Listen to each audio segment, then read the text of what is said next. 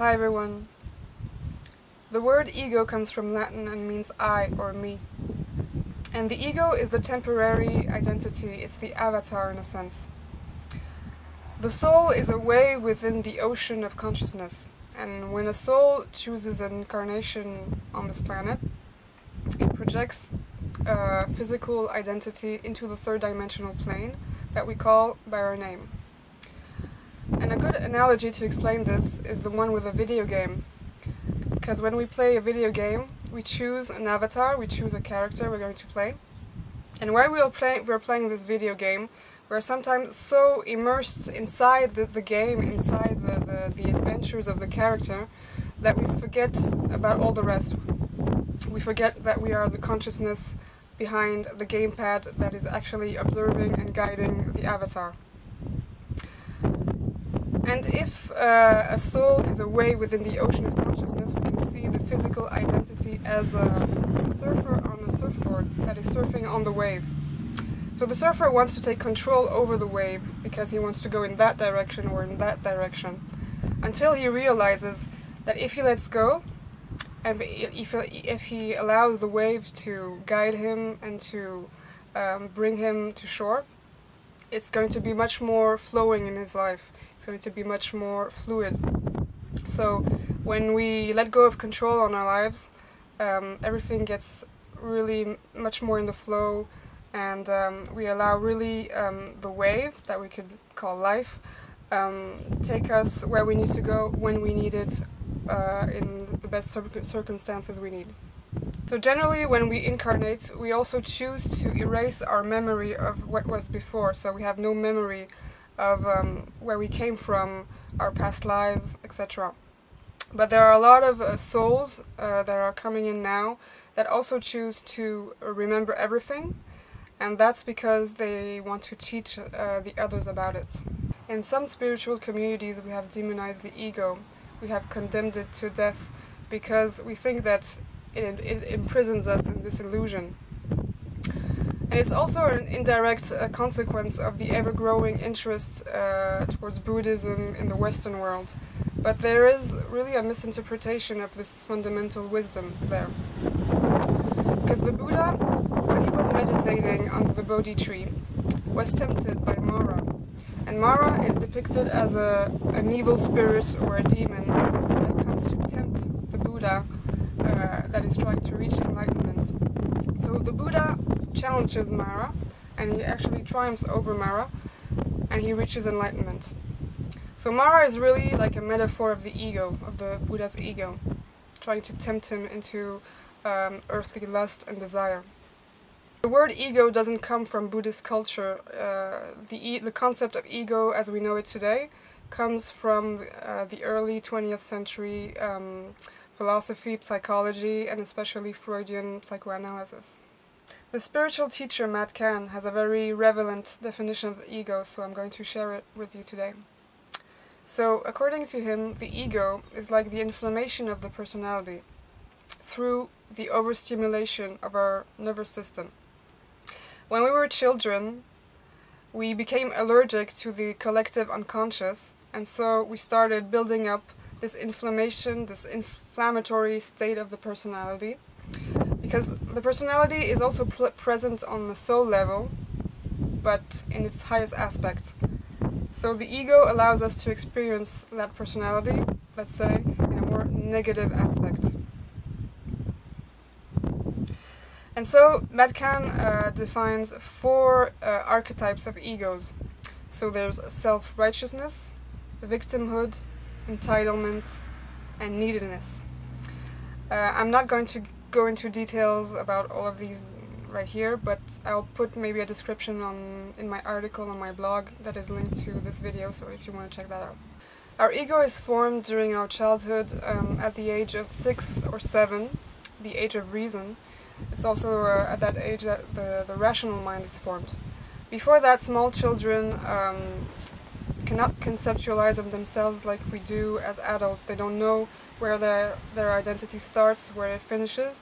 They are very open towards the world, and they are like sponges, absorbing everything from their environment, from their parents, from their families. As we know what kind of world we are living in, we've all experienced trauma growing up. And this trauma has triggered this defense and survival mechanism within us. And that's the ego. Because the ego thinks its mission is to protect us and it's to guarantee our survival. So I like to see the ego as the Halloween mask that our inner child is wearing to protect itself. And it's actually really funny because as a therapist, when I work with people in therapy, even before the session begins, when we have a little chat, I can already sense and hear the inner child speaking behind the mask. And this happens also when I watch videos. So for example, when I'm watching a politician speak, I can hear his inner child speak behind the ego, which is really funny. When we were kids, our survival has been jeopardized by our education, which was based on conditional love and not unconditional love. For example, we've been told, I'll only give you my approval if you behave, or I'll only pay attention to you and be loving to you only if you have good grades in school, etc., etc. And this even more when we are so socialized and we go to school, because the school system is based on a very competitive spirit. You know, kids compare each other, and so this reinforces the separate identity structure.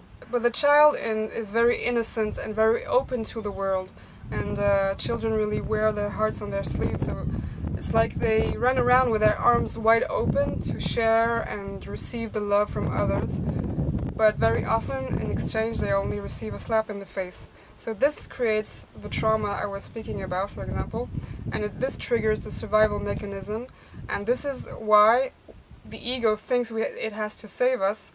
And so in order for that never to happen again, it will just take the steering wheel of our life and try to control everything and just shut down. And the mask I was speaking about just earlier becomes really this wall that we put between ourselves and the rest of the world. And this wall is very often filled with bombs that are ready to explode. And sometimes just a simple statement will trigger a very violent reaction within our being, because it's the ego that thinks that he is attacked, that the external world wants to destroy him. The ego sees the world vertically. This means he can only think of himself to be superior or inferior, and through comparison. So for example, a superior ego will be more like the proud, narcissistic type. People who always want to be the center of the attention, who always want to be above others, at the expense of others. Or an inferior ego, on the other hand, is the more shy type person, extremely humble, that never wants to be the center of the attention and always thinks of itself to be less than, and avoids attention. On the other hand, our soul or higher self sees the world horizontally. So unity between all things, equality between all beings, and it integrates the other as the self.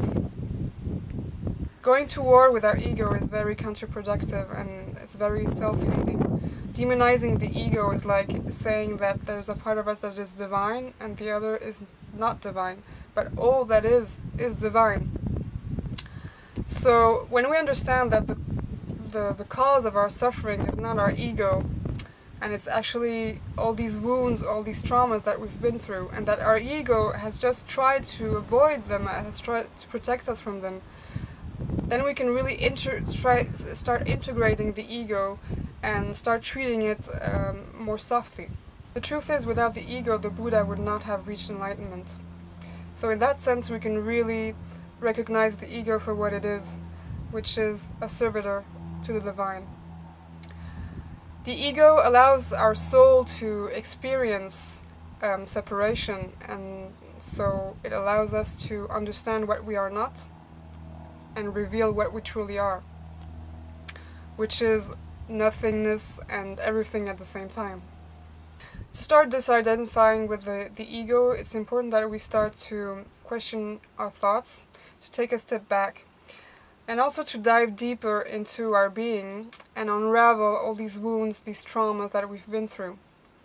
And we can really see it as a little child that is curled up on himself, only waiting for a loving hand to be lent. So let's really have this courage to lend a hand to this child, to love ourselves unconditionally, to shine the light on all the parts of our beings that we don't want to see, that we have abandoned and forgotten. And telling our egos to shut up is actually literally like saying to a small child in pain to shut up. So, as I assume we don't do that with children in pain, why do we do that to ourselves? The death of ego is a trap. The death of ego does not exist, because death of ego means physical death. It means returning to source. It's the dissolution of ego. So even when we become enlightened beings, our ego does not disappear. It's just that we stop identifying with the ego.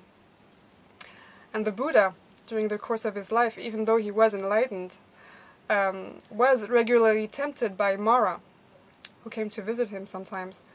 But instead of opposing him or challenging him, he would say, "Ah, my old friend has arrived." And he would invite him to sit next to him as an honored guest, would pour some tea, and just listen to what he had to say to him. Sat Nam.